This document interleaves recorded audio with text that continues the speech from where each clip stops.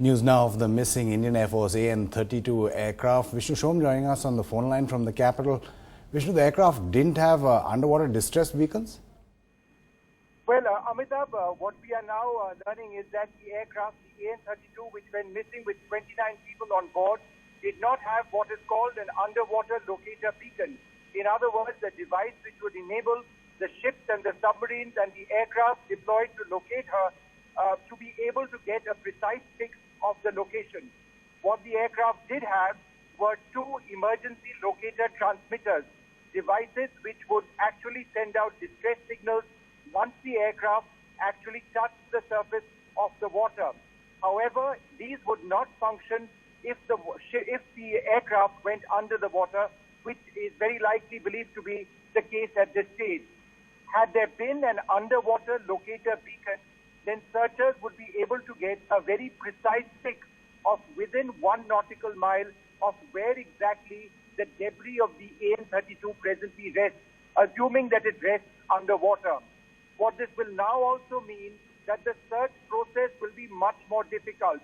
Ships, aircraft, and submarines will have to use what is called active sonar. Basically, they will blast the subsurface area of the ocean where the plane is thought to have been missing with sonar, sound signals, and hope that these sound signals reflect the metallic objects underwater, which they hope would actually be the debris of this aircraft. It's a technical explanation, but in very simple terms, it's a process that can take a very long time. This particular aircraft of the Indian Air Force, we are told, did not have an underwater beacon, which means that it was traveling over maritime areas without a piece of equipment which would have helped the searchers locate it in the event of a crash, which may well have taken place. Vishnu, what's the standard equipment for aircraft which fly over water? Well, it depends on what the aircraft involved are. Remember, this was a military aircraft.